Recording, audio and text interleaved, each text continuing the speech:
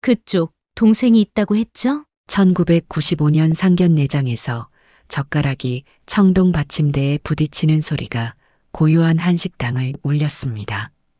테이블 건너편에 앉은 예비 시어머니는 갑자기 아무 이유 없이 그 질문을 던졌어요. 구석에 놓인 브라운관 TV에선 모래시계 주제가가 희미하게 흘러나오고 있었죠. 테이블마다 금장 전화기가 놓인 그런 고급 한식당이었어요. 예비 시어머니의 진주 목걸이가 형광등 아래서 차갑게 빛났습니다. 오족의 브로치로 단단히 고정된 명품 정장, 메뉴판 보지도 않고 가장 비싼 코스로 준비해 주세요 하던 그 태도. 내 앞에 앉은 사람은 단순한 시어머니가 아니라 100억 자산가라는 걸 온몸으로 드러내고 있었습니다. 네, 남동생이 있습니다. 내 목소리는 담담했지만 손끝은 떨리고 있었어요. 32살 간호조무사인 제가 이런 자리에 앉아 있는 것 자체가 기적 같았으니까요. 그 시절엔 의사와 간호사 사이 결혼이 드라마 같은 일이었어요.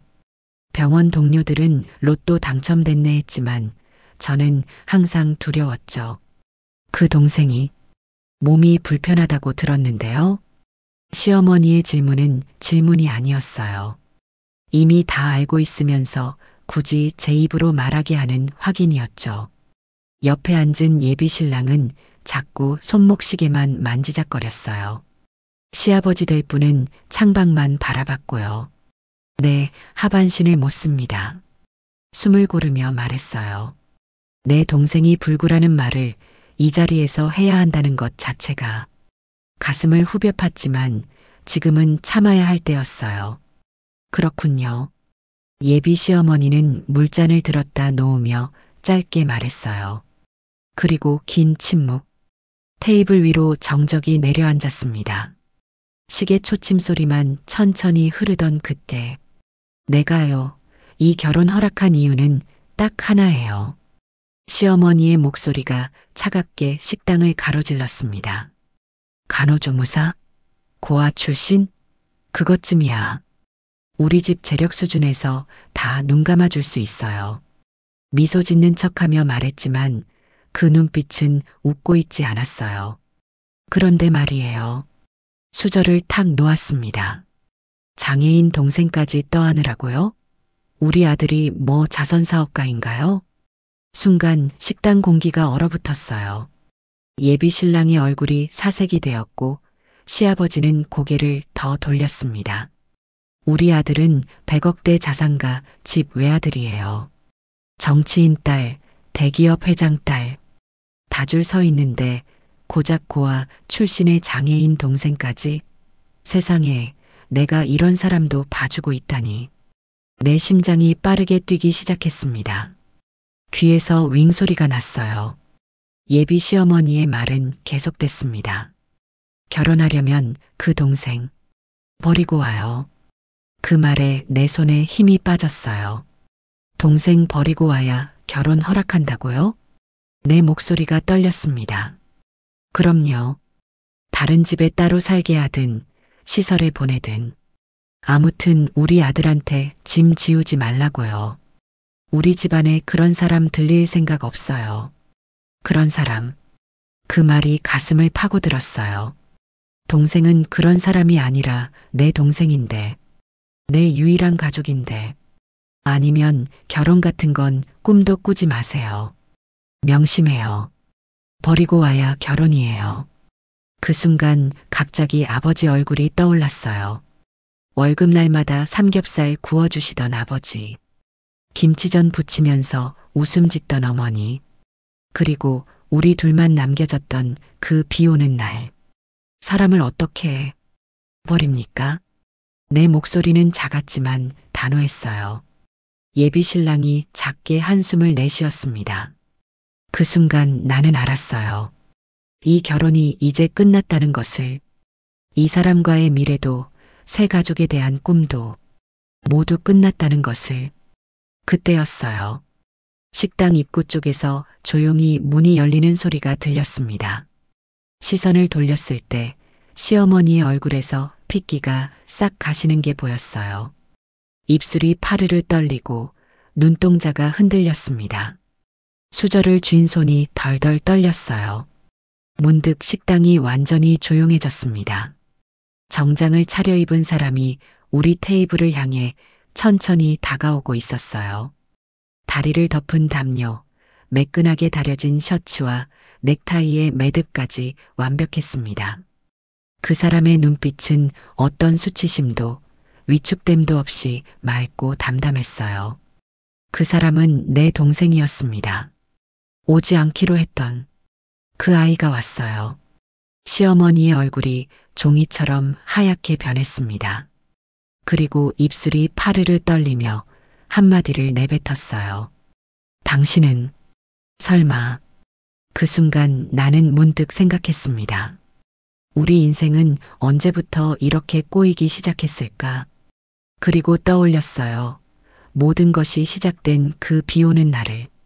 시어머니의 얼굴이 창백해지는 그 순간 내 마음은 14년 전으로 돌아갔습니다. 1981년 1월 그날 겨울비가 내렸어요. 우리 가족은 평범했습니다. 아버지는 중소기업 격리과장, 어머니는 동네 양장점 재봉사. 그저 그런 서민 가정이었지만 우리에겐 특별한 의식이 있었어요. 아버지 월급날이면 거실 테이블에 삼겹살을 올려놓곤 했죠. 아버지가 직접 고기를 사오시고 어머니는 김치전을 부치셨어요. 동생은 그때 13살 숟가락 들고 고기 익기만을 기다리던 모습이 아직도 선명합니다. 누나, 이거 익었나? 동생은 항상 그런 질문을 했어요. 난 마치 전문가처럼 고개를 끄덕이며 상추를 올려주곤 했죠. 경수야, 공부 열심히 하면 이달 용돈 더 줄게. 아버지는 늘 그렇게 동생을 다독였어요. 동생은 머리가 좋았거든요. 국민학교 6학년인데도 수학경시 대회에서 상을 타왔으니까요. 둘이 사이좋게만 지내라. 그게 엄마 아빠 소원이야. 어머니는 항상 그 말씀을 잊지 않으셨어요. 맛있는 반찬 하나라도 더 얹어주시며 우리를 키우셨죠. 그날은 아버지 직장 동료 장례식이 있던 날이었어요. 어머니도 같이 조문을 가셨어요. 검은 원피스에 흰 장갑, 까만 구두를 신으셨죠. 그게 마지막 모습이었습니다. 저녁엔 일찍 들어올게. 김치전하고 삼겹살 먹자. 아버지가 어머니와 조문 가시며 저에게 한 마지막 말이었습니다. 빗소리가 창문을 두드리던 오후 5시. 집에 있던 전화가 요란하게 울렸어요. 흑백 TV에선 레이건 대통령 취임식 뉴스가 나오고 있었죠. 저 김영배 씨 댁인가요? 낯선 남자 목소리였어요. 교통사고가 났습니다.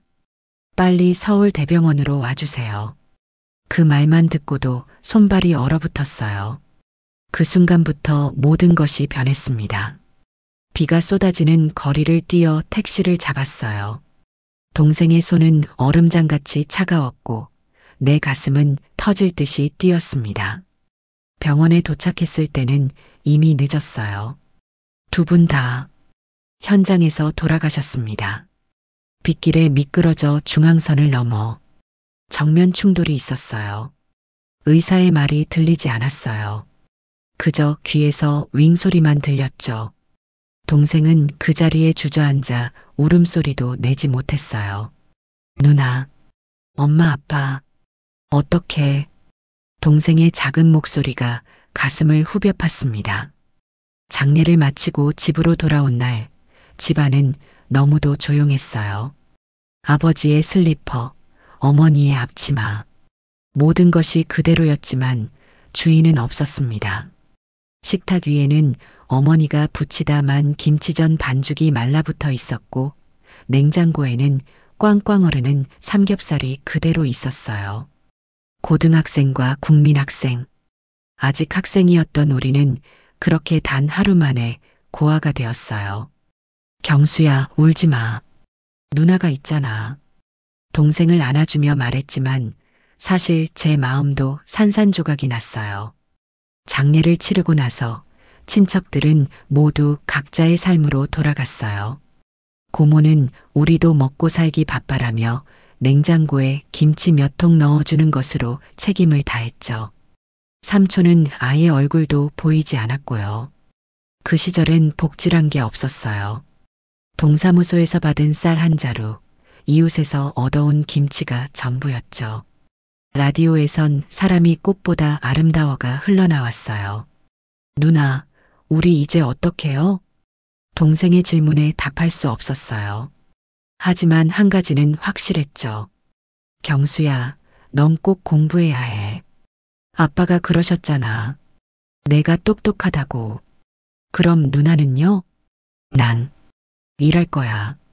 대학은 다음에 가면 돼. 의대를 목표로 공부를 하던 고등학교 2학년에 나는 그렇게 대학을 포기했어요. 대신 아버지 회사에서 준 위로금으로 간호조무사 학원에 등록했죠. 사람의 생명을 살리는 일은 똑같다고 스스로 위로를 했어요. 학원을 다니며 동네 분식집에서 아르바이트도 했고요. 매일 밤 동생 이불을 덮어주며 다짐했습니다. 이 아이만큼은 지켜야 한다. 그게 내 유일한 목표였어요. 부모님이 남겨주신 단 하나의 보물, 내 동생을 지키는 것. 1983년 20살에 간호조무사 자격증을 땄고 동네 병원에 취직했습니다. 동생은 중학교에 들어갔고 여전히 공부를 잘했어요. 은행 적금 통장에 돈을 모으기 시작했습니다. 경수 대학 등록금이라고 써서 머리맡에 두었죠. 가끔 동생이 물었어요.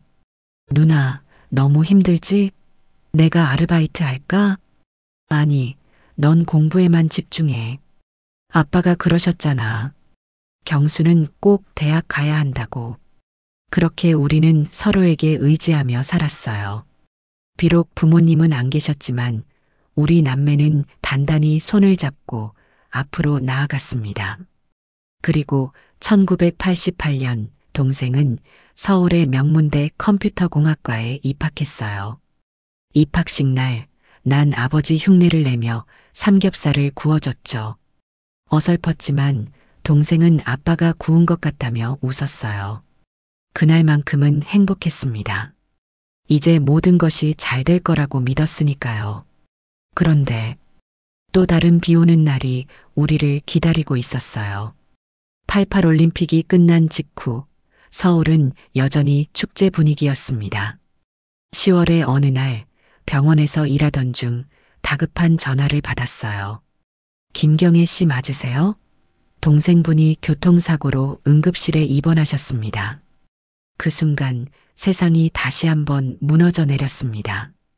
응급실로 뛰어들어갔을 때 동생은 이미 수술실로 향하고 있었어요. 의사는 나를 붙잡고 말했습니다. 무단횡단하는 아이를 구하려다 사고가 났다고 합니다. 척추 손상이 심해요. 최선을 다하겠지만 그 의사의 눈빛에서 난 이미 알았어요. 우리 앞에 또 다른 시련이 기다리고 있다는 것을. 경수야, 괜찮아. 괜찮을 거야. 수술실 앞 차가운 의자에 몸을 묻고 계속 그 말만 중얼거렸어요. 형광등이 깜빡이는 병원 복도는 마치 시간이 멈춘 것처럼 고요했습니다. 심장이 터질 듯 뛰었지만 손끝은 얼음장처럼 차가웠어요. 7시간의 수술 끝에 의사가 나왔습니다. 하얀 수술복에 땀이 배어 있었어요. 최선을 다했습니다만 머리가 하얘졌어요. 다리에 힘이 풀렸고 벽에 기대야 했습니다. 척수 손상이 심해 앞으로 하반신 마비가 될 거예요. 걸을 수 없다는 건가요? 떨리는 목소리로 물었습니다. 네, 영구적인 장애가 예상됩니다. 휠체어를 준비하셔야. 그 순간 25살의 제 인생이 또 한 번 완전히 바뀌었어요. 중환자실에서 일반 병실로 옮겨진 후였어요. 동생은 창백한 얼굴로 누워 있었지만 눈은 맑았습니다. 누나, 미안해. 첫마디가 그거였어요. 목소리가 떨렸지만 동생은 울지 않았습니다. 무슨 소리야? 내가 왜 미안해? 사고라는 건 그냥 일어나는 거야. 제 목소리가 갈라졌어요. 그때 동생이 말했습니다. 국민학생이었어. 갑자기 도로로 뛰어들어서 못 본 척할 수 없었어. 동생의 손을 잡았습니다. 따뜻했어요. 다리는 못 쓰게 됐지만 이 손은 여전히 따뜻했습니다. 다행이야. 넌 살았으니까. 동생은 작게 웃었어요. 그 미소가 가슴을 찢었습니다. 누나, 내가 짐이 될까봐. 그게 제일 무서워. 바보 같은 소리 마. 우린 가족이잖아. 엄마 아빠 없는 우리. 서로밖에 없잖아. 병원에서의 2달은 지옥 같았어요. 재활치료, 약물치료. 병원비는 눈덩이처럼 불어났고 적금 든 돈은 바닥이 났습니다. 밤에는 병원 당직을 서고 낮에는 동생 간병을 했어요. 동생이 구한 아이의 부모를 대신한 비서라고 말한 사람이 와서 치료비 일체와 위로금을 주긴 했지만 그래도 돈을 더 벌어야 안심이었어요. 지금은 엑스레이를 쉽게 찍지만 그때는 병원 방사선과 필름실엔 항상 암모니아 냄새가 진동했어요. 직접 암실에서 수작업으로 현상했으니까요. 수술실 앞에선 간호사들이 나일론 스타킹을 신어야 했고 야간 수당은 고작 3,000원. 그 시절 병원은 그랬어요. 하지만 그 작은 돈이라도 절실했습니다. 경혜 씨, 또 야간 근무 해줄 수 있나? 아픈 동생 있다며. 밤근무 수당 더 필요하지? 수간호사의 말에 늘 고개를 끄덕였습니다. 선택권이 없었으니까요. 사고 후 동생은 수개월간의 병원 생활과 재활치료를 거쳐야 했어요. 서울 올림픽의 열기가 가시고 1989년 새학기가 시작될 무렵 동생은 휠체어를 타고 조심스럽게 대학 캠퍼스로 복귀했습니다. 올림픽 이후 장애인을 위한 시설이 좀 나아질 거라고 기대했는데 하지만 현실은 달랐어요. 휠체어 경사로는 거의 찾아볼 수 없었고 계단뿐인 대학 건물에서 동생은 매번 누군가의 도움이 필요했습니다. 그 시절엔 장애인이 거리에 나오는 것조차 드문 일이었으니까요. 경수야, 휠체어는 계단 못 올라가니까. 오늘 수업은 1층으로 옮겼어요. 친절한 교수님도 있었지만 대부분은 무관심했죠. 그 시절엔 장애인이 거리에 나오는 것조차 드문 일이었으니까요. 동생에겐 286 컴퓨터 한 대가 보물이었어요. 캠퍼스엔 민주화 시위 플래카드가 걸렸고 데모 최루탄 냄새가 가시질 않았죠. 그런 혼란 속에서도 동생은 힘겹게 학업을 이어갔습니다. 우리 집은 달라졌어요. 화장실에 손잡이를 달아야 했고 좁은 문은 넓혀야 했죠. 저축해둔 돈은 모두 바닥났고 빚까지 졌습니다. 하지만 한 번도 포기하지 않았어요. 그건 제 선택이 아니라 우리의 약속이었으니까요. 밤에는 종종 화장실에서 울었습니다. 물소리에 묻혀 소리 없이 동생 몰래. 지치고 외롭고 무서웠지만 아침이 되면 다시 웃는 얼굴로 동생을 맞았어요. 누나, 난 괜찮아. 넌 너무 무리하지 마. 동생은 자주 그렇게 말했어요. 하지만 저는 더 열심히 일했습니다. 삶은 계속되어야 했으니까요. 1990년 동생이 갑자기 말했어요. 누나, 이거 봐. 내가 만든 프로그램이야. 그날 처음 본 컴퓨터 화면 속 작은 게임은 조잡했지만 동생의 눈은 별처럼 빛났습니다. 이걸 외국 회사에 팔았어. 100만 원 받았어. 그 순간 눈물이 났어요. 동생의 가능성을 본 순간이었죠. 경수야, 너 정말 대단하다. 동생은 컴퓨터를 통해 다시 세상과 연결되기 시작했어요. 그 시절 막 등장한 천리안으로 밤새 모뎀 소리를 울렸죠. 삐익 소리가 온 집안을 채웠지만 그게 우리 희망이었으니 누구도 뭐라 하지 않았어요. 외국 회사랑 일하기 시작했어. 누나, 이제 나도 돈 벌 수 있어. 동생의 목소리에 자신감이 돌아왔습니다. 휠체어는 그의 한계가 아니라 새로운 시작점이 되었어요. 1993년 저는 병원을 옮겼습니다. 구로동의 작은 소아과 의원. 그곳에서 처음으로 내 삶이 조금 달라지기 시작했어요. 소아과 원장님은 조용한 분이었습니다. 처음엔 존댓말만 쓰던 그 사람이 어느 날 물었어요. 김 선생, 오늘 퇴근 후에 시간 있으세요? 간호조무사를 선생님이라 부르는 의사는 처음이었어요. 저기, 우동 한 그릇 어때요? 야간 진료 없는 날인데. 그때는 거절했습니다. 아직 마음의 준비가 안 됐거든요. 아니, 어쩌면 그런 행복이 내게 허락된다는 생각을 한 번도 해본 적이 없었는지도 몰라요. 동생에게 이야기했더니 웃으며 말했어요. 누나 가봐. 나 이제 혼자 잘 지낼 수 있어. 그제야 깨달았습니다. 동생도 잘하고 있었고 저도 살아야 했어요. 올해로 30을 바라보는 제게도 경혜라는 이름의 삶이 있었습니다. 누나도 간호사도 아닌 그냥 김경혜로서의 삶. 병원 유니폼은 하루에 3번씩 갈아입어야 했어요. 환자들 체액이 튀면 바로 갈아입어야 했으니까요. 당직실에선 침대 없이 의자 2개 붙여서 자고 야간 수당 받아 약값을 마련했죠. 하지만 그 고단한 일상 속에서도 조금씩 웃음을 찾아가고 있었습니다. 어느 날 소아과에 응급 환자가 왔어요. 고열로 경기를 하는 5살 여자아이. 모두 혼란스러울 때 제가 아이의 손을 잡고 체온을 재며 달래주었죠. 우리 공주님, 열 좀 재볼게요. 이거 여기 넣으면 예쁜 요정이 나와서 도와준대. 떨던 아이가 조금씩 진정되었어요. 그 모습을 지켜보던 원장님이 말했습니다. 김 선생님은 아이들을 정말 좋아하시네요. 네. 제 동생도 어릴 때 아프면 제가 늘 이렇게 달래줬거든요. 그날 퇴근길 원장님이 라일락 한 송이를 건네주었어요. 오늘 정말 멋졌어요. 작은 꽃 한 송이였지만 제 가슴은 뛰었습니다. 처음으로 누군가에게 김경희라는 사람으로 인정받은 것 같았거든요. 동생은 그 해에 졸업을 했어요.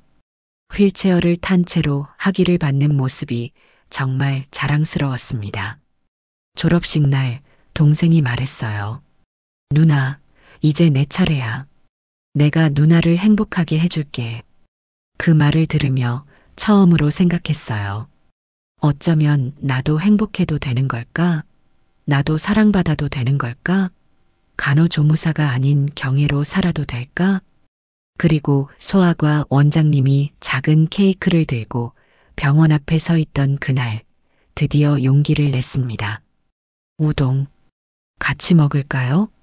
하지만 그 행복을 온전히 받아들이기까지는 더 많은 시간이 필요했어요. 그 이유는 단 하나, 내 삶의 전부였던 동생 때문이었죠. 누나가 행복하면 나도 행복해. 동생은 항상 그렇게 말했지만 내 마음은 두려웠습니다. 이 사랑이, 이 행복이 동생을 떠나는 것처럼 느껴졌으니까요. 경혜 씨, 우리 정식으로 만나볼까요? 을지로 입구 뉴욕제과에서 그 말을 들었어요. 유리창 너머로 명동 거리가 보였고 서태지와 아이들 콘서트 포스터가 바람에 흔들리고 있었죠. 1993년 가을이었습니다. 소아과 원장님의 손이 테이블 위에서 조금 떨렸어요. 자신감 넘치는 의사의 모습과는 달랐죠. 그 모습이 왠지 친근하게 느껴졌습니다. 그는 미소 지었습니다. 천천히 생각해봐요. 저는 기다릴 수 있으니까. 손에 쥔 카스테라 빵이 부서졌어요. 가슴이 두근거렸습니다. 누구를 위한 삶도 아닌 제 자신을 위한 감정이 피어나는 것이 낯설었어요. 집에 돌아와 동생에게 말했습니다. 경수야, 나 어떡하지? 동생은 컴퓨터 앞에 앉아 하던 일을 멈추고 휠체어를 돌렸어요. 결혼하면 돼. 좋은 사람 같은데. 하지만 너는? 동생은 웃었어요. 25살. 이제는 완전히 어른이 된 모습이었습니다. 누나, 나 이제 스스로 돈 벌고 있잖아. 걱정 마. 컴퓨터 화면에는 동생이 작성 중인 프로그램이 보였어요. 해외 회사와 계약한 일이었죠. 기술이 필요한 시대, 동생은 휠체어에도 불구하고 자신의 길을 찾아가고 있었습니다. 나 때문에 인생 망치지 마. 결혼해. 나는 내 삶 살 수 있어. 그 말에 가슴이 아팠어요. 동생은 자신이 결코 짐이 아니었는데 그런 말까지 해야 했다니. 그날 밤 오래된 앨범을 펼쳤어요. 아버지와 어머니가 웃고 있는 사진, 동생이 처음 걸음마를 떼던 순간, 우리 가족이 함께했던 마지막 여름휴가. 그 모든 기억이 선명했습니다. 엄마, 아빠, 저 행복해도 될까요? 사진 속 부모님은 대답이 없었지만 그 미소 속에서 대답을 찾은 것 같았어요. 그 후로 원장님과 조금씩 가까워졌습니다. 그의 이름은 정현우. 소아과 전문이었죠. 아이들을 진심으로 사랑하는 마음이 그대로 느껴지는 사람이었어요. 아이들 열째는 모습 봤을 때부터 알았어요. 당신이란 사람을 함께하고 싶다고. 산책하며 들었던 그 고백이 아직도 생생합니다. 해질녘 여의도 공원, 노란 은행잎이 바람에 흩날리던 그 순간을. 아이들은 순수해요. 그런데 경혜 씨도 그래요. 그 모든 힘든 일 겪었는데도 여전히 맑은 눈빛. 창피했지만 행복했어요. 제가 그런 사람으로 보였다니. 현우 선생님은 몇 번이고 우리 집에 찾아왔어요. 동생과도 친구가 되었죠. 가끔은 세 사람이 함께 치킨을 시켜 먹기도 했고 TV에서 프로야구를 보며 응원하기도 했습니다. 경수 씨, 이 의료 소프트웨어 한번 봐주세요. 제가 병원에 도입하려고 하는데. 동생은 그런 대화를 좋아했어요. 누군가 자신을 필요로 하는 느낌, 장애인이 아닌 전문가로 대해주는 그 태도가 좋았나 봐요. 어느 날 현우 선생님의 책상에서 특별한 사진을 발견했어요. 아프리카 어린이들과 함께 찍은 사진이었죠. 국경 없는 의사회 활동했어요. 3개월간 수단에서 그의 눈빛이 달라졌어요. 가슴 깊은 곳에서 우러나오는 열정 같은 게 보였습니다. 언젠가 다시 가고 싶어요. 경혜 씨와 함께. 가능할까요? 그 질문이 가슴을 울렸어요. 저와 함께 꾸는 꿈이 있다는 것. 그게 얼마나 특별한 일인지 몰라요. 1994년 봄, 벚꽃이 흩날리던 날. 한강변을 걷다가 현우 선생님이 갑자기 멈춰 섰어요. 주머니에서 작은 상자가 아닌 체온계 하나를 꺼냈습니다. 이거 체온계요? 네. 이 체온계가 정상을 가리키듯 우리도 함께 정상적인 가정을 꾸며요. 그 특별한 프로포즈에 웃음이 났어요. 하지만 곧 눈물이 흘렀습니다. 정상? 그 단어가 가슴에 와닿았어요. 부모님 잃고 동생 다리 잃고 우리 삶은 한 번도 정상이라 불릴 수 없었거든요. 그런데 이 사람은 우리와 함께라면 그게 가능하다고 말하고 있었어요. 저 동생이 있어요. 항상 함께해야 해요. 알아요. 경수 씨도 제 가족이 될 거예요. 눈물이 멈추지 않았어요. 31년 인생에서 처음으로 누군가가 저와 동생을 함께 받아들이겠다고 했으니까요. 결혼 하고 싶어요. 그렇게 우리는 약혼했습니다. 반지 대신 체온계를 끼고 가슴에는 새로운 희망을 품은 채 그렇게 상견례 날짜가 잡혔어요. 그날만큼은 동생 없이 공식적인 자리를 갖기로 했습니다. 동생도 그게 편하다고 했어요. 아직 낯선 사람들 앞에서 휠체어를 타고 있는 게 부담스럽다고 상견례 전날 밤 동생과 오래 이야기했습니다. 경수야, 결혼하면 정말 괜찮을까? 누나, 내 걱정은 하지 마. 컴퓨터로 돈도 벌고 있고 동생의 컴퓨터 화면에는 새로운 프로그램이 떠 있었어요. 게임 같았는데 동생이 자체 개발 중인 소프트웨어였죠. 이거 완성되면 한국 시장에 내놓을 거야. 벌써 투자자도 몇 명 관심 보이고 있어. 동생의 눈은 희망으로 빛났어요. 그 순간 깨달았습니다. 동생은 더 이상 돌봐야 할 사람이 아니라 자신의 삶을 개척해 나가는 당당한 어른이었어요. 누나, 행복해야 돼. 엄마 아빠도 그걸 원하실 거야. 그날 밤 오랜만에 마음 편히 잠들었습니다. 내일 새로운 시작을 향해 가는 첫 발걸음을 내디딜 준비가 되었으니까요. 하지만 상견례 날 아침 이상한 불안감이 엄습했어요. 마치 무언가가 잘못될 것 같은 그런 예감이 들었습니다. 경수야, 나 좀 이상해. 가슴이 답답하고 뭔가 잘못될 것 같아. 동생은 웃으며 말했어요. 결혼 전 긴장감이잖아. 괜찮아, 누나. 다 잘 될 거야. 그렇게 저는 새 원피스를 입고 가슴속 불안감을 애써 누르며 상견례 장소로 향했습니다. 그때는 몰랐어요. 그날이 제 인생의 큰 전환점이 될 줄은. 가슴속에 한 가지 질문이 맴돌았습니다. 내가 정말 행복해도 될까?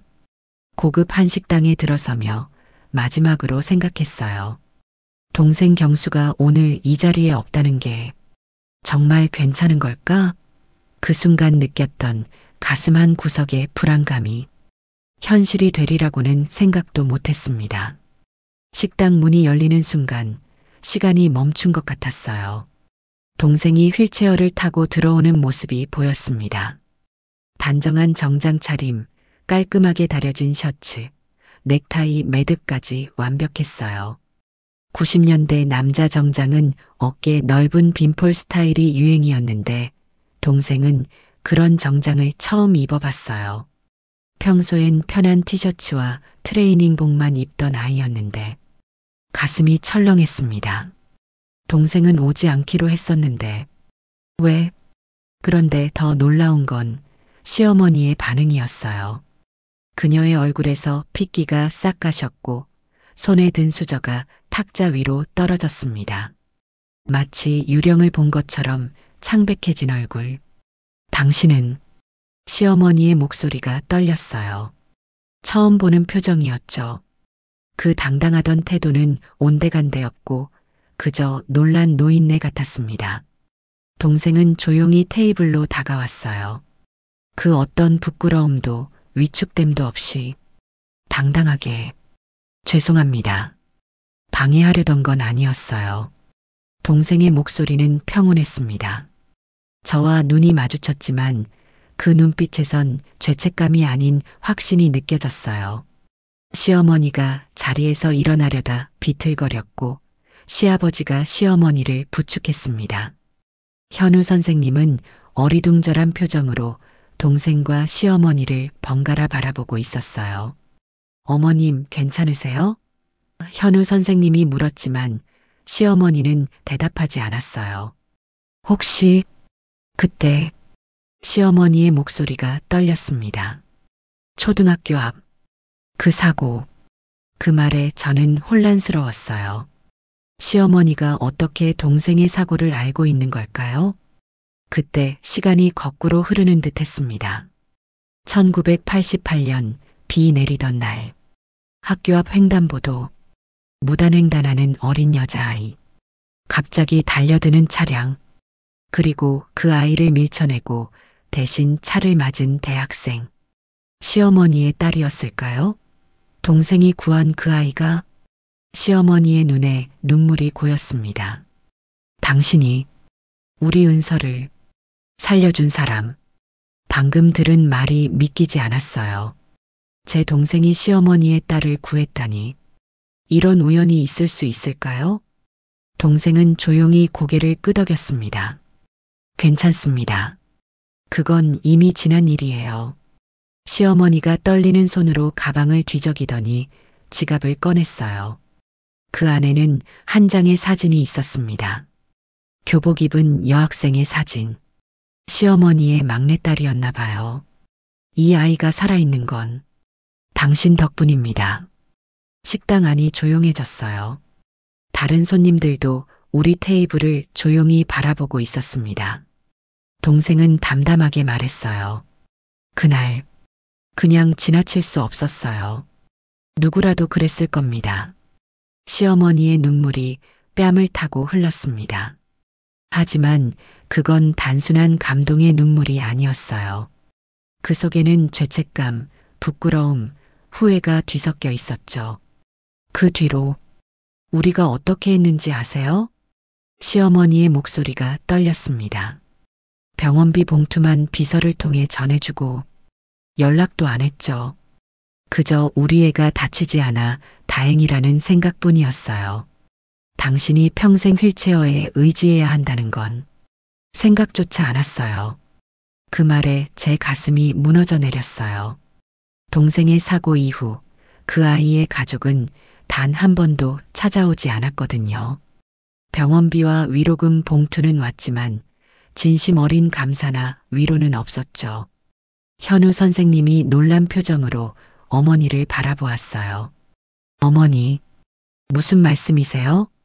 그제야 시어머니는 자리에서 일어나 동생 앞에 무릎을 꿇었습니다. 그렇게 고고하던 여인이 수십억 대 부동산을 가진 재력가가 바닥에 무릎을 꿇은 거예요. 용서해 주세요. 이렇게 평생의 장애를 안고 있을 줄이야. 그런 은인을 모욕했다니. 식당 안의 모든 사람들이 숨을 죽였습니다. 그 순간의 무게가 너무 컸어요.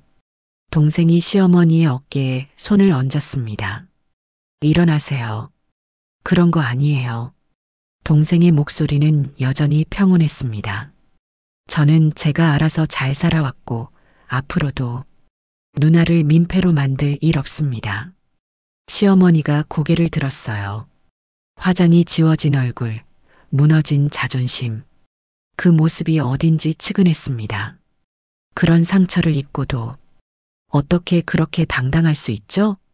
동생은 미소 지었어요. 그 미소가 저까지 따뜻하게 했습니다. 다리는 잃었지만 마음은 잃지 않았으니까요. 현우 선생님이 일어나 동생에게 다가갔습니다. 그의 눈에도 눈물이 맺혀 있었어요. 정말 감사합니다. 은서는 제 여동생이에요. 그 아이가 살아있는 건 덕분입니다. 그제야 모든 게 연결되었어요. 현우의 여동생이 바로 동생이 구한 그 아이였던 거죠. 세상이 이렇게 좁을 수가. 시어머니는 일어나 자리로 돌아왔지만 이전의 위압적인 모습은 사라졌어요. 그저 부끄러움과 후회로 가득 찬 한 어머니의 모습만 남았죠. 저는 정말 몰랐어요. 그 사람이 당신일 줄은. 제 마음속에서 복잡한 감정이 일었습니다. 화가 났어요. 동생을 그런 사람이라 부르고 버리라고 했던 그 말들이 얼마나 잔인했는지. 하지만 동시에 시어머니도 한 어머니라는 것을 이해했어요. 자신의 딸을 구해준 은인을 이렇게 대했다는 부끄러움이 얼마나 클지. 시아버지가 조용히 말했습니다. 우리 집에 들어와 주시겠어요? 정식으로. 사과드리고 싶습니다. 동생은 고개를 저었어요. 그럴 필요 없습니다. 저는 그저 누나가 행복했으면 좋겠어요. 그 말에 제 눈에서 눈물이 흘렀습니다. 동생은 언제나 자신보다 저를 먼저 생각했어요. 어릴 적부터 지금까지 항상. 시어머니가 떨리는 목소리로 물었습니다. 그럼 결혼은? 현우 선생님이 제 손을 꼭 잡았어요. 그의 눈빛엔 흔들림이 없었습니다. 물론 진행됩니다. 제 선택은 변함없어요. 오히려 더 확고해졌습니다. 그 말에 제 가슴이 뜨거워졌어요. 이 사람은 진심이었구나. 모든 걸 알고도 변함없이 저를 선택한다는 것. 그 사실이 너무 감사했습니다. 동생이 조용히 휠체어를 돌려나가려 했어요. 저는 급히 일어나 동생의 손을 잡았습니다. 경수야. 그날 내가 사고를 당한 건 동생이 고개를 저었어요. 누나, 인생에 우연은 없어. 그날 내가 그 자리에 있었던 건 어쩌면 이 순간을 위해서였는지도 몰라. 그 말에 가슴이 저려왔어요. 동생은 계속해서 자신의 고통과 장애를 의미 있는 것으로 만들려 했습니다. 그게 얼마나 대단한 일인지.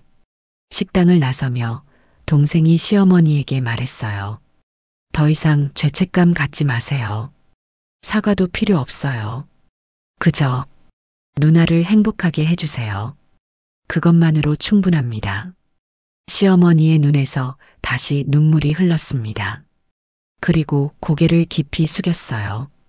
그것은 단순한 인사가 아니라 깊은 존경과 감사의 표현이었죠. 밖은 어느새 비가 내리고 있었어요. 동생의 휠체어를 밀며 천천히 걸었습니다. 경수야, 어떻게 알았어? 그 사람들이. 동생이 미소 지었어요. 사실 몰랐어. 그냥 가슴이 불안해서 와봤어. 근데 어떻게 그 사람들이 그 사고와 연관이 있다는 걸? 그 여자분 표정 보고 알았어. 내가 유령이라도 된 것처럼 봤거든. 사고 나고 일반 병실로 옮긴 후 한 번 찾아왔었어. 내가 통증 때문에 진통제 먹고 정신없어서 대화할 수가 없으니까 고맙다고 하고 금방 갔어. 나머지는 알다시피 비서를 통해 진행됐지. 누난 못 봤을 거야. 우산을 함께 쓰며 걸었습니다. 옛날엔 제가 동생을 이끌었지만 이제는 서로를 의지하는 동반자가 된 것 같았어요. 누나, 그 사람은 좋은 사람 같아. 응, 그래. 행복해야 돼. 언제나 저보다 한 뼘 더 성숙했던 내 동생. 짧은 인생이었지만 깊이 있게 살아온 사람. 그런 동생이 있어 저는 항상 감사했습니다. 집으로 돌아와 비에 젖은 옷을 갈아입으며 생각했어요. 오늘의 사건이 우리 인생을 어떻게 바꿀지. 아직은 알 수 없었지만 한 가지는 확실했습니다. 우리는 더 이상 불쌍한 고아들이 아니었어요. 우리는 각자의 방식으로 존엄하게 살아가는 사람들이었습니다. 그날 밤 현우에게서 전화가 왔어요.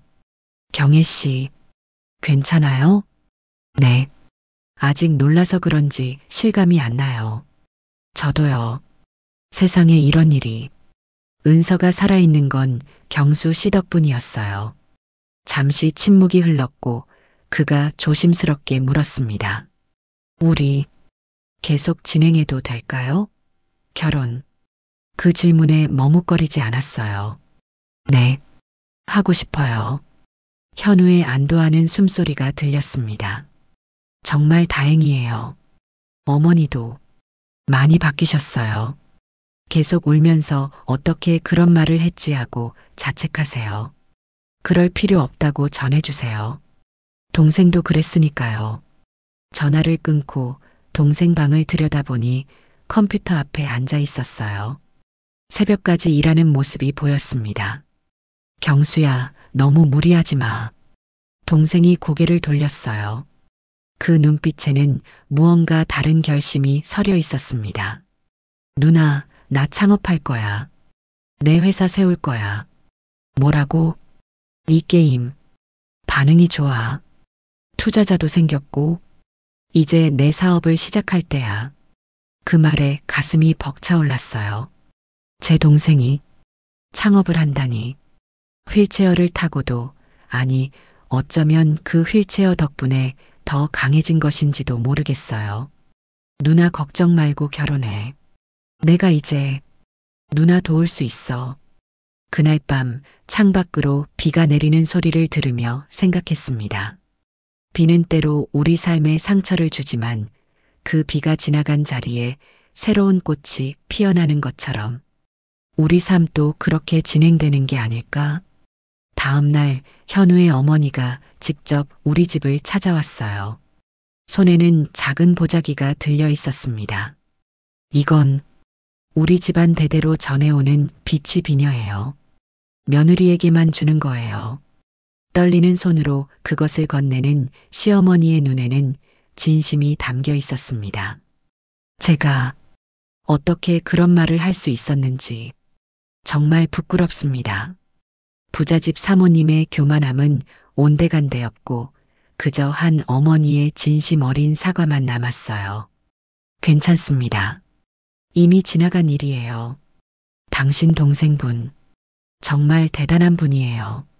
그런 상처를 입고도 원망하지 않다니. 시어머니의 눈에 눈물이 맺혔어요.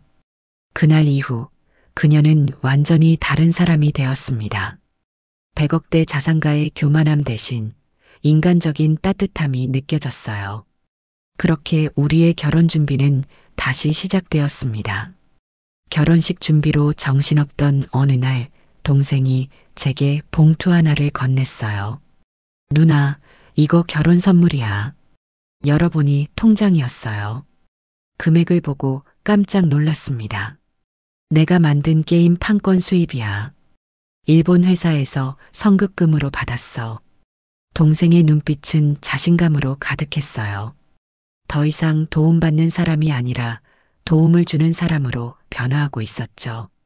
이걸 왜 나한테 줘? 너 회사 차리려면 필요하잖아. 동생이 웃었어요. 누나가 날 키웠으니까. 이제 내 차례야. 신혼집 마련해. 그 말에 눈물이 왈칵 쏟아졌어요. 10년 넘게 돌봐온 동생이 이제는 오히려 저를 돌보려 하다니. 드레스를 고르는 날 동생도 함께 갔습니다. 휠체어를 타고 샵을 돌아다니며 조언해 주었죠. 누나, 이건 어때? 정말 공주 같아. 새하얀 드레스 앞에서 동생의 말에 웃음이 났어요. 나 30 넘었는데 무슨 공주야. 누나는 영원한 공주야. 우리 엄마가 그러셨어. 그 말에 다시 눈물이 났습니다. 부모님이 안 계신 그 세월 동안 한 번도 잊은 적 없지만 이런 순간엔 더욱 그리워졌어요.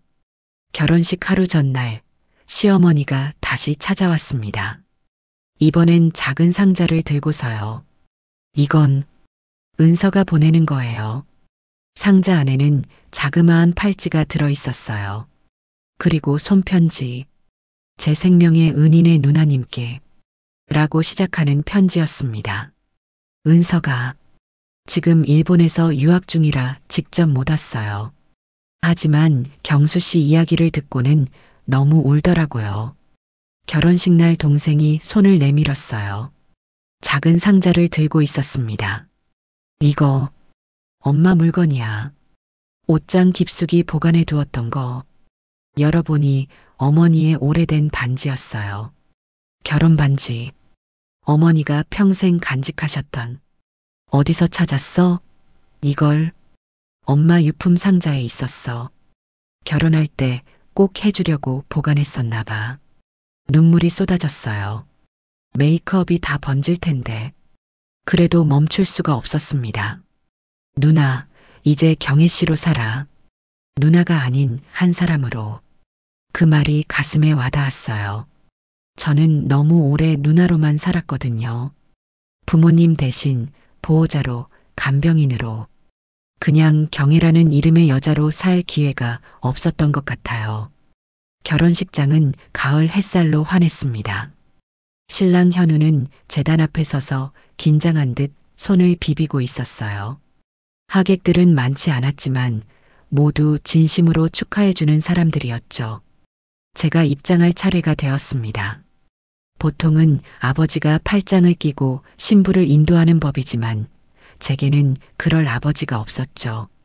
대신 내가 모셔다 드릴게요. 동생이 휠체어에 앉아 손을 내밀었어요. 제 손을 잡고 휠체어 옆에서 천천히 걸을 수 있도록. 음악이 울려 퍼지고 저는 동생과 함께 천천히 걸어갔습니다. 사람들의 시선이 느껴졌지만 부끄럽지 않았어요. 오히려 자랑스러웠습니다. 저희가 여기까지 오는데 얼마나 많은 일들이 있었는지. 그 모든 것을 이겨낸 우리였으니까요. 재단 앞에 섰을 때 동생이 제 손을 현우에게 건넸습니다. 우리 누나, 잘 부탁드립니다. 현우는 깊이 고개를 숙였어요. 제 목숨을 걸고 지키겠습니다. 간호 모자를 이제는 벗고 부케 대신 어머니의 반지를 손에 쥐고 저는 생애 가장 행복한 순간을 맞이했습니다. 저와 현우 그리고 양가 가족이 모두 함께하는 이 순간. 시어머니는 앞줄에 앉아 손수건으로 눈물을 훔치고 있었어요. 이제는 적대자가 아닌 또 다른 어머니 같은 존재로 느껴졌습니다. 신랑 신부 맹세의 키스를 나누겠습니다. 그 순간 저는 눈을 감았어요. 지나온 세월들이 주마등처럼 스쳐 지나갔습니다.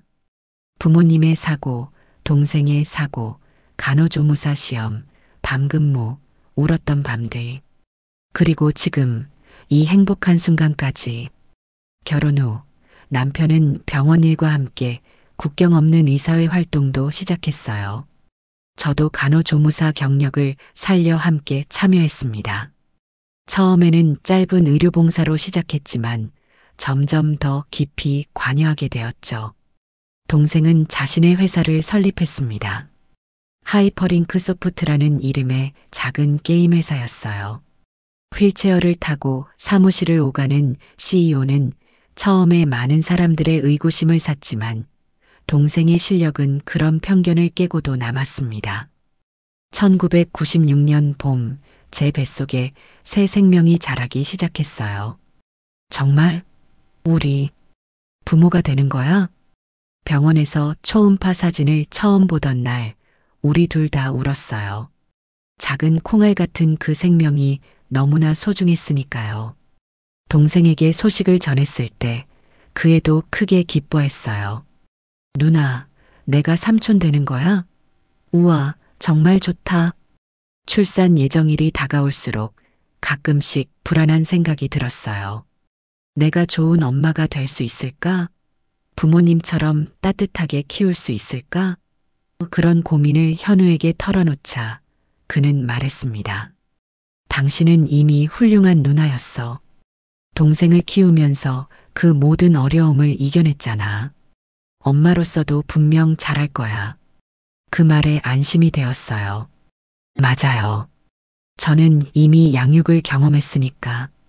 다만 이번엔 부모님의 도움 없이 제 아이를 키우는 거죠.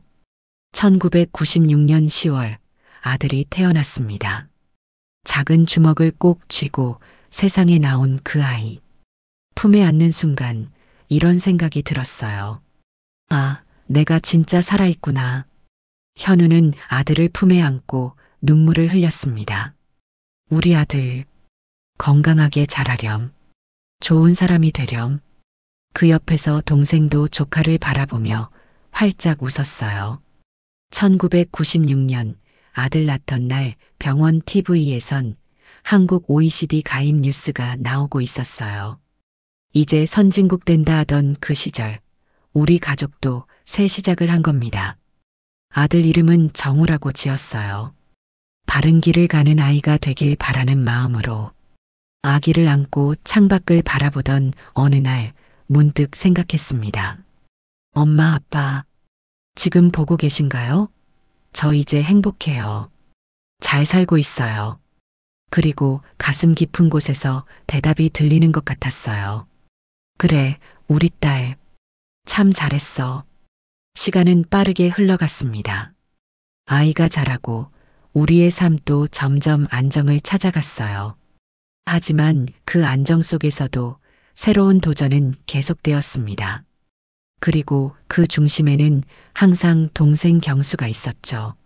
IMF 외환위기가 덮친 1997년 많은 기업들이 문을 닫을 때 동생은 오히려 작은 게임 회사를 창업했어요. 처음엔 걱정했지만 동생의 눈빛은 확신으로 가득했습니다. 누나, 괜찮아.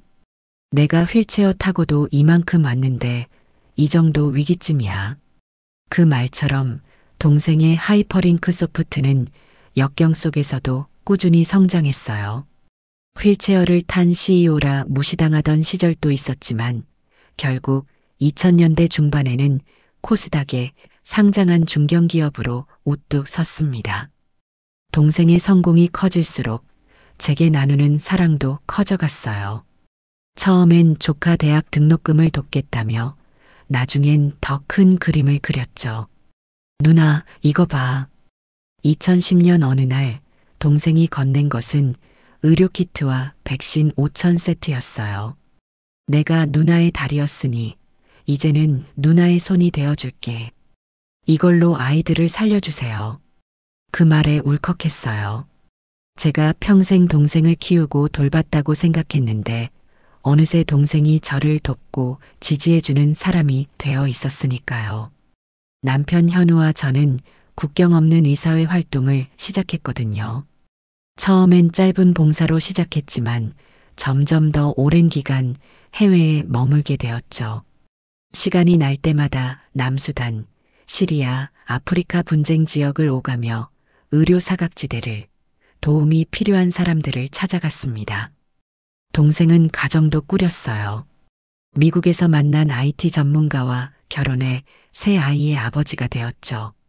휠체어를 타고도 새 아이를 키우는 동생의 모습을 보면 가슴이 뭉클했어요. 경수야, 정말 잘 살고 있구나. 누나 덕분이지. 누나가 포기했다면 나도 여기 없었을 거야. 그렇게 우리는 서로에게 힘이 되어주며 살았습니다. 동생은 청소년 희망재단을 만들어 장애 청소년들을 돕기 시작했고, 저는 점점 더 많은 시간을 해외 의료 봉사에 바쳤어요.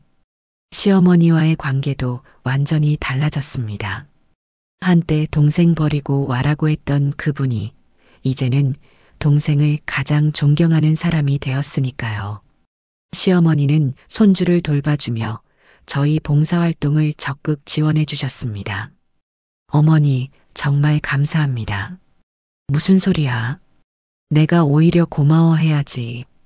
이런 마음씨 고운 며느리, 경수 같은 은인을 만나다니. 2024년 봄 저는 아들 정우의 결혼식을 위해 잠시 한국에 돌아왔어요. 다음 달이면 다시 아프리카로 떠날 예정이었습니다. 61세의 나이에도 여전히 의료 봉사의 열정은 식지 않았으니까요. 결혼식 날 아침 창가에 서서 봄비가 내리는 모습을 바라봤어요. 비가 오는 날이면 늘 떠오르는 기억들이 있었습니다. 부모님의 사고, 동생의 사고. 하지만 이제 그 기억들은 상처가 아닌 저희를 지금까지 이끌어온 인생의 이정표 같았어요. 짐 다 챙겼어? 남편 현우가 물었어요. 하얀 머리가 많아진 65세의 남편은 여전히 그날의 젊은 의사 모습 그대로였어요. 다만 조금 더 깊어진 주름과 더 부드러워진 눈빛이 세월의 흐름을 보여줄 뿐이었죠. 응, 다 챙겼어. 정우 결혼식 끝나면 바로 출국이니까. 예식장에 도착하자 동생과 그의 가족들이 이미 와 있었어요. 56세의 동생은 이제 하이퍼링크 소프트 대표이사로 널리 알려진 성공한 기업인이었지만 제게는 여전히 그 어린 동생 그대로였습니다. 시어머니도 휠체어를 타고 참석하셨어요.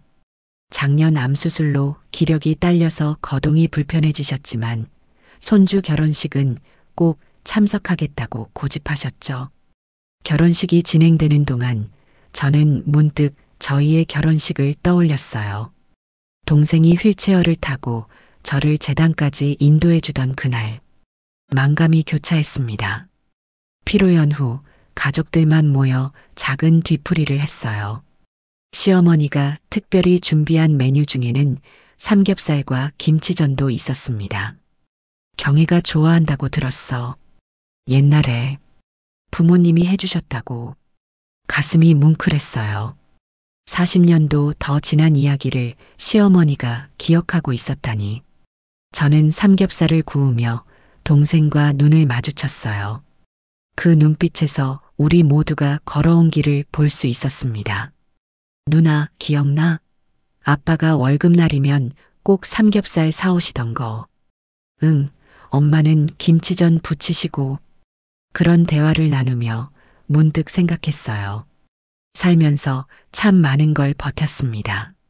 부모님 상실, 동생 사고, 결혼 좌절. 하지만 지금 돌아보니 그 모든 어려움이 우리를 더 단단하게 만들었고 더 넓은 사랑을 베풀 수 있게 해주었습니다. 집으로 돌아와 마지막 짐을 정리하며 창밖을 바라봤어요. 비가 그치고 햇살이 비치기 시작했습니다. 그래도 우리는 살아냈습니다. 이렇게 또 하나의 시간을 견디는 게 아니라 맞이했습니다. 오늘 이야기가 마음에 드셨다면 좋아요와 구독, 알람 설정 잊지 마세요. 또 이야기를 보시고 마음에 남은 장면이 있으셨다면 댓글로 나눠주세요. 선생님의 한마디가 또 다른 분께 깊은 울림이 될 수 있습니다. 늘 감사합니다. 건강이 최고입니다. 하루 한 번 운동 잊지 마셔요.